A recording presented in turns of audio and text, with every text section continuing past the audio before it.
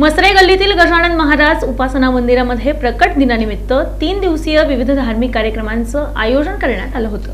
मसरे गल्ली परिसरातील जुन्या श्रीराम मंदिराशेजारी श्री संत गजानन महाराज उपासना मंदिर इथं 148वा श्री संत गजानन महाराज प्रकट दिन मोठ्या उत्साहात साजरा करण्यात आला। यावेळी 3 दिवसीय श्री गजानन महाराज विजय ग्रंथाचं पारायण झालं। प्रकट दिनी सकाळी रुद्राभिषेक पूजा आणि पारायणाची सांगता झाली। दुपारी 12 वाजता गुलालाचा कार्यक्रम झाला। त्यानंतर नैवेद्य महाआरती होऊन भाविकांना पिठलं भाकरीचा प्रसाद देण्यात आला। सायंकाळी महाआरती करण्यात आली। गेल्या 40 वर्षांपासून हा उत्सव साजरा करण्यात येत आहे।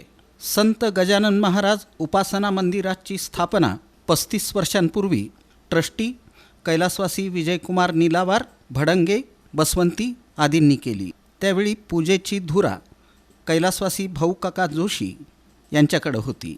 सध्या पुजारी दीपक विजय कुलकर्णी ही धुरा सांभाळत आहेत।